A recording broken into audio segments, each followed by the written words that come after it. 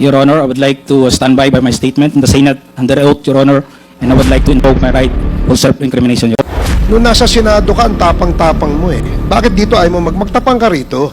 Ipakita mo yung the same candor, the same tapang na pinakita mo doon. Di ba? Bakit hindi mo gawin yan dito ngayon? Nagtatago ka sa likod ng right against self-incrimination eh. Itinatanong sa'yo, a relevant question. Oh, matapang ka lang doon sa Senado kasi may kakampi ka. Dito ka magpakita ng tapang mo. Hindi yung nandoon ka lang. You cannot invoke your right against self-incrimination. Tell me if you have a criminal case against you regarding this issue. Eto ha, nakakainit ng ulo. Hoy, kayo mga congressman, ano bang hindi malinaw sa sinabi ni Colonel Giraldo? Sinabi na nga niya, di ba, I would stand by my statement in the Senate. Malinaw, paulit-ulit at diretsang sagot yon. Pero anong ginagawa ninyo? Paulit-ulit ang tanong. Pilit ninyo siya ginugulo. Gusto niyo siyang ipilit na may mali siyang sinabi doon sa Senado. Nakakahiya naman po kayo dyan sa mga congressman kayo. Ba? Hindi kayo marunong umintindi. Dapat trabaho ninyo ang maghanap ng katotohanan, hindi ang kabuloktutan. Diba? Kapag malinaw na ang sagot, bakit kailangan pang ipilit na parang may iba siyang sinabi? Kung sagot niya ay pinaninindigan na niya ang sinabi niya doon sa Senado, bakit hindi niyo tanggapin? Bakit hindi niyo matanggap iyon? Dahil ba hindi niyo gusto ang sagot? Dahil ba hindi ito pabor sa agenda ninyo? Eh ano ngayon, di ba? Kung sasabihin ni Colonel Grijaldo o sinabi niya o sasagutin kayo na I invoke my right, tama lang yun. Bakit? Dahil paulit-ulit ang tanong ninyo. Pinaiikot-ikot nyo lang ang mga diskusyon. Pero ang ending, pareho lang ang sagot niya. Hindi nagbabago. Kung ako ang nasa posisyon niya, baka mas malala pa ang sasabihin ko dyan. Naku naman, mga congressman, respeto naman sa proseso. At syempre sa pulis. Kay Grijaldo. Diba? Matagal na yan sa serbisyo. Ang Senado nga, malinaw na naiintindihan nila. Pero kayo, ano bang iniintindi ninyo? Ano ang tanong? Ang tanong, hustisya ba ang hanap ninyo? O drama? O pasikat lang? Diba? Kasi kung gusto niyo magdrama, pwede naman kayo mag-artista, diba? Pero kung hustisya ang pakay, sana naman, respeto naman kayo sa sagot ng tao. Diba? Ang linaw-linaw na nga ng sagot, ang labo-labo pa rin ninyo. Diba? Nakakagalit kayo ha? Dahil sa halip na gawing malinaw ang katotohanan, kayo pang nagpapagulo. Kayo pa talaga ang nagpapagulo. Ang tanong, tuloy kayo ba ay talagang naglilingkod sa bayan o sa sarili nyo lang na agenda? Diba? Congressman pa naman kayo. Pero hindi nyo kayang umintindi ng simpleng sagot. Nakakahiya kayo dyan sa Quadcom. Diba? Kakahiya kayo. Hoy, ikaw, Congressman Barbers. Sino kayo para hamakin si Colonel Grijaldo? Bakit kailangan yung sabihin na matapang lang siya sa Senado kasi may kaibigan siya roon? Hindi ba kayo ang bastos? Di ba? Kayo ang bastos. Isang opisyal na nagbigay na ng malinaw na sagot, tapos ganyan nyo pa rin tratuhin yung mga resource person nyo dyan. Anong klaseng respeto ang pinapakita nyo sa proseso? Di ba? Sa batas. Bakit ayaw nyong pakinggan ang sinasabi niya? Sinabi na nga niya, di ba, I would stand by, paulit-ulit na lang tayo dito, I would stand by my statement in the Senate.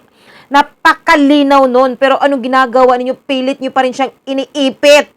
At yung sinabi niya na I-invoke my right, tama lang yon. Dahil ano pa ba ang point ng hearing kung wala kayong balak makinig? Parang gusto nyo lang ipakita na kayo ang tama, kayo ang may kapangyarihan, at kayo ang hindi pwedeng batikusin. Alam niyo mga kababayan, ito ang problema ng ilang mga politiko eh. Ayaw nilang mapuna. Yon ang totoo. Gusto nila sila ang may karapatang magsalita. Pero kapag ang sagot ay hindi pumapabor sa kanila, sinisiraan nila ang tao, kaya naghahanap sila ng hustisya o gulo. Gulo. Siyempre, naghahanap sila ng gulo.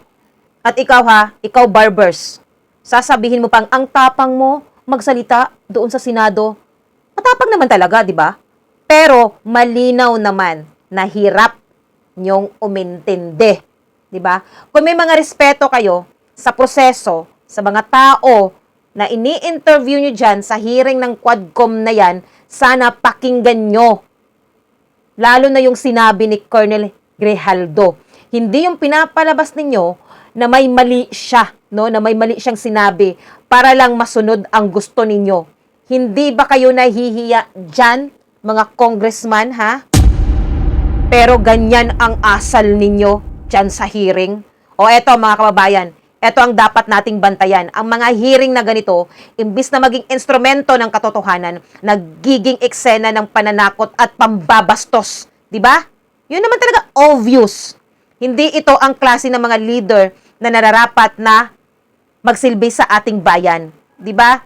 Kaya kayo, dapat tayong magbantay, magtanong at magsalita. Dahil kung hindi, sila lang ang palaging nasa tama kahit sila pa rin ang mali. Galing ako sa serbisyo, iho, pero nakakahiya ka. Thank you, Mr. Chair.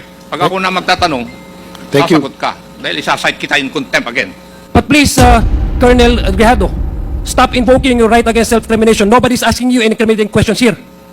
Mr. Chair. And Mr. Chair, ay inudyok ka, kinausap ka, at para pang tinatakot ka na magsabi ng mga bagay tungkol sa issue ng EJ sa Pilipinas. Tama po ba yun?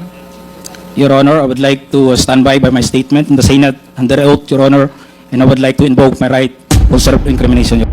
Your Honor, I would stand by my statement Okay, in the so Senate I would under oath, Your Honor, and I invoke my right for self-incrimination, Your Honor. Sabihin mo, alam mo ang reward system. I-confirm mo lang. Kong Dan told me to read the said affidavit. However, I asked the copy of affidavit he was showing her. He was holding on the table and told me, ito ang sasabihin mong statement na ito. While pointing on the paragraph on the paper, ito ang supplemental affidavit ni Colonel Garma. Sabihin mo, alam mo ang reward system. I-confirm mo lang. Kong Dan told me to read the said affidavit. However, I asked the copy of affidavit he was showing to me to read it. He did not give it to me. Then Kong Abante asked me where I serve as a chief of police, to which I answered, Mandaluyong City Police Station. Kong Abante then persuaded me by saying, ikaw naman Colonel, ganito na lang, alangan namang walang insidente o pangyayari sa panahon na yon. I answered, and I served as a COP in Mandaluyong during the COVID-19 pandemic, and there were less crime committed, and we did not receive any reward from anyone.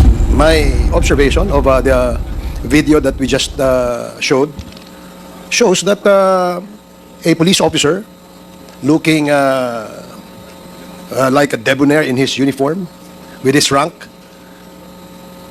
lying to his teeth. Yun ang aking observation dun eh.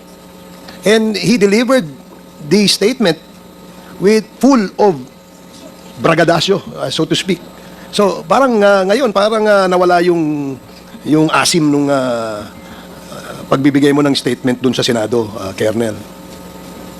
Then you keep on invoking your right against self-incrimination, which is a manifestation of hiding from the truth. Yun lang ang aking gustong idagdag dun sa manifestation.